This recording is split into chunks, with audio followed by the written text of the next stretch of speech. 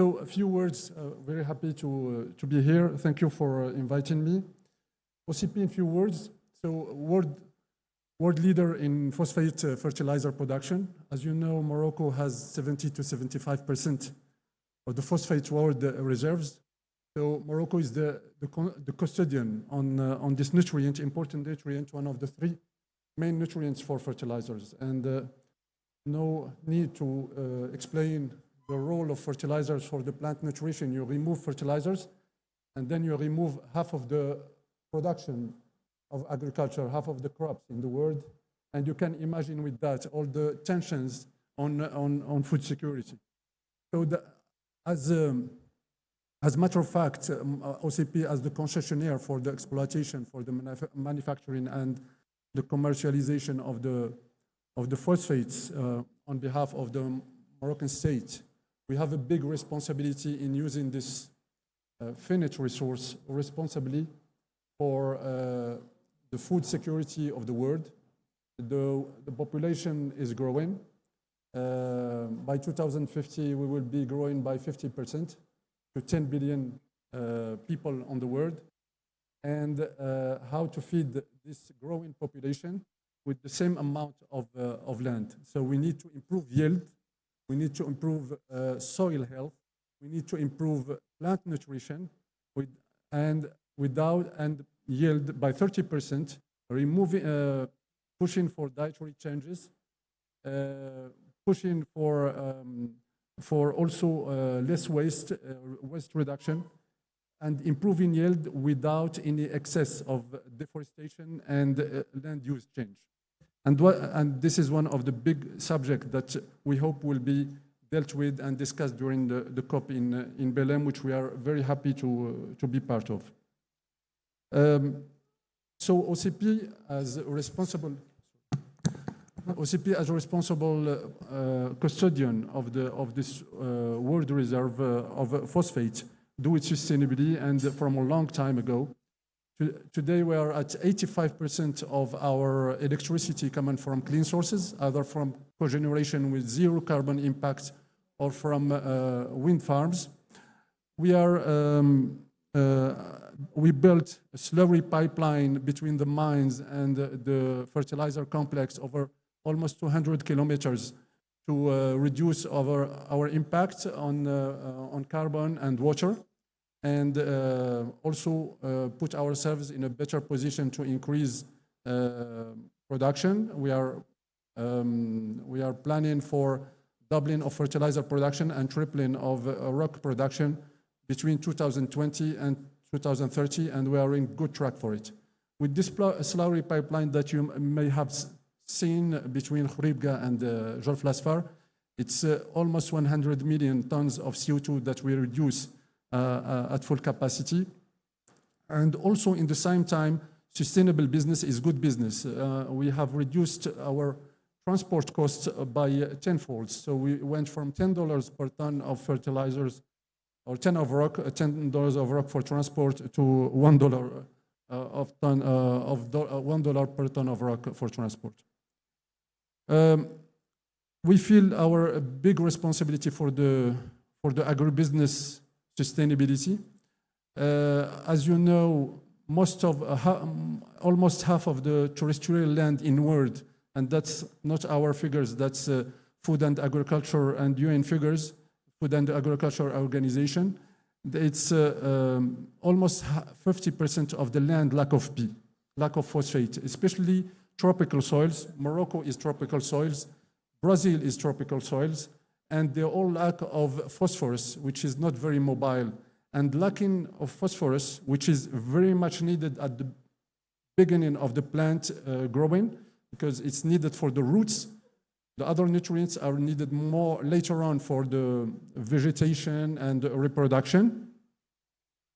So makes the yield handicapped. So it's less yield for poor soils, less yield and more waste and waste of nitrogen, which is the most responsible gas for greenhouse gases. You know, 1 ton of nitrous oxide is, in terms of global warming potential, is 300 times CO2 equivalent when you put it in the atmosphere. So decarbonizing agriculture and decarbonizing food systems is a must for a global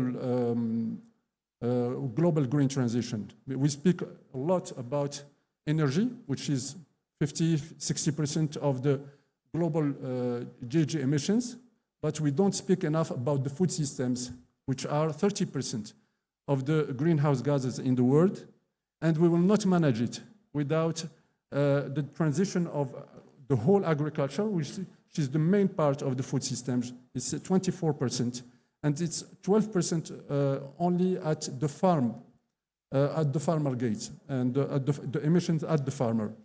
And we think that Morocco, for its green energy potential and for its phosphate reserves, being custodian of it, can help for this transition as much as Brazil, which is the main food basket of the world. And today, we know that Morocco and Brazil can be two pillars for the green transition of the agriculture in the world. We are doing a lot of initiatives. We are in Africa, for example, our campaign AgriBooster, it's touching more than 5 million smallholder farmers to empower them to do the good practices, agricultural practices that are good for sustainability, good for soil health, good for plant nutrition. We have mapped soil, more than 60 million hectares of soil mapping in Africa to promote the customization and not only using fertilizer as a commodity, but using it as a vitamin for the soil and for the plant. So giving to the soil and to the plant the right amount and the right type of fertilizer at the right time, at the right rate and the right place, and that's what we call the 4 Rs, or customization of fertilizer. And that's one of the things that we are very much advocate of, because it improves yields, it improves the revenue for the smallholder farmers, empower the farmer for doing this transition, and in the same time has great benefits for climate and for environment in general. On top of that, we are very much engaged in a global green transition.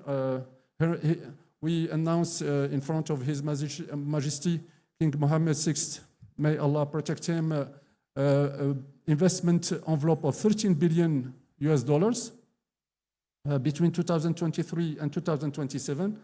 That includes almost 5 gigawatts of green electricity, wind and solar, to go from 85% of clean electricity to 100%, and to produce 1 million tons of green ammonia and be the leader for this green transition for green fertilizers and green energy. And use Morocco as the hub for green feedstocks such as green hydrogen and green ammonia. On top of that, as I said, we do a lot in Brazil as well. We have a lot of projects for sustainable agriculture. We know that the Brazilian farmers have done a lot of efforts already for sustainable agriculture, and we see it in terms of yield and soil health. But also we support the Brazilian efforts for reestablishing the degraded pastures, the plan for regenerative agriculture and the landscape that has been initiated by the Brazilian state. We very much support it, and we have launched many actions for carbon farming, either in Mato Grosso do Sul, Corimba, and we have a big scale-up project that you will see in the end of the month, and will be signed on the 29th of July for a big scale-up of sustainable agriculture and reinstatement of degraded pastures in Brazil. So Morocco and Brazil have a lot of strengths and complementary strengths to produce a new business model that will empower the farmer for be the engine of a green transition for the agriculture and the whole world. Thank you very much.